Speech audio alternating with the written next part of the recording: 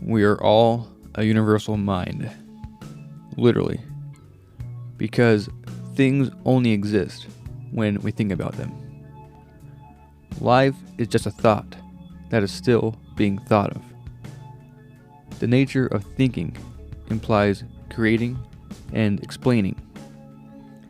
You think of a creation and explain how it works. So the initial thought, or creation, involved the earth and the great cosmos, with lands capable of sustaining life, as well as oceans inhabited by sea life. One of the initial thoughts created a being capable of appreciating this glorious realm, which was constructed through thought. This being we understand to be a human.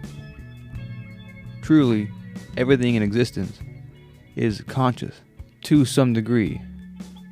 Not only humans, but plant and animal life, as well as seemingly inanimate objects, could all express some level of consciousness, although it's humans who are capable of accessing the full potential of the power of thought.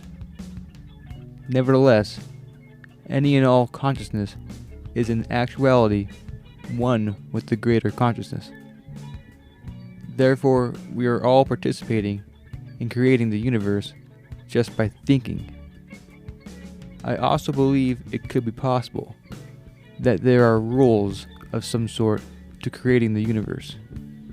We must continue to build off the original thought. If that is the case, and if the earth was thought to look and behave in a certain way, then it must remain that way.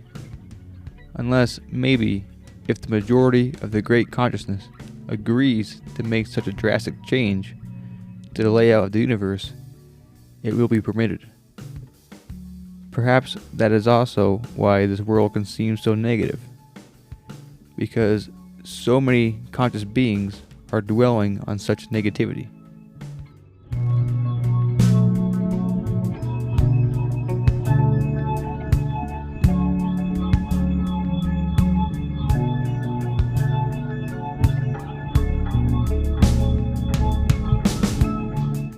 So basically, we think of something, perhaps musical or visual, or a combination of both.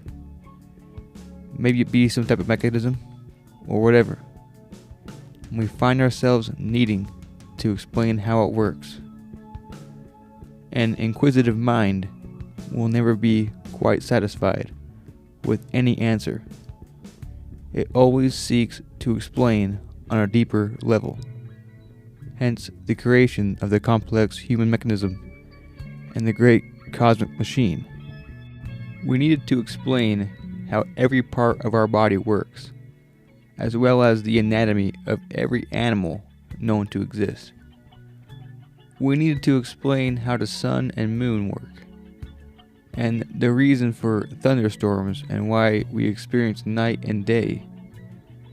Naturally, the mind seeks to explain things in the most logical manner. And naturally, again, the majority of the great consciousness will insist that the most logical explanation of things prevail. Many minds today have been numbed to the point where they no longer influence the whole of the universe on any major scale.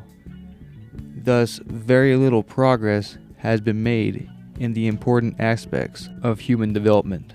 There is only one true consciousness in existence, but we find ourselves as individual droplets of consciousness, concerned with unimportant issues. With the majority of droplets focusing on negative aspects of life, it forces even the enlightened droplets to give some degree of attention towards unimportant issues. If we all stopped giving attention towards negative and unimportant aspects of life, they would entirely cease to exist. To all you conscious droplets, let us acknowledge that we are but one ocean.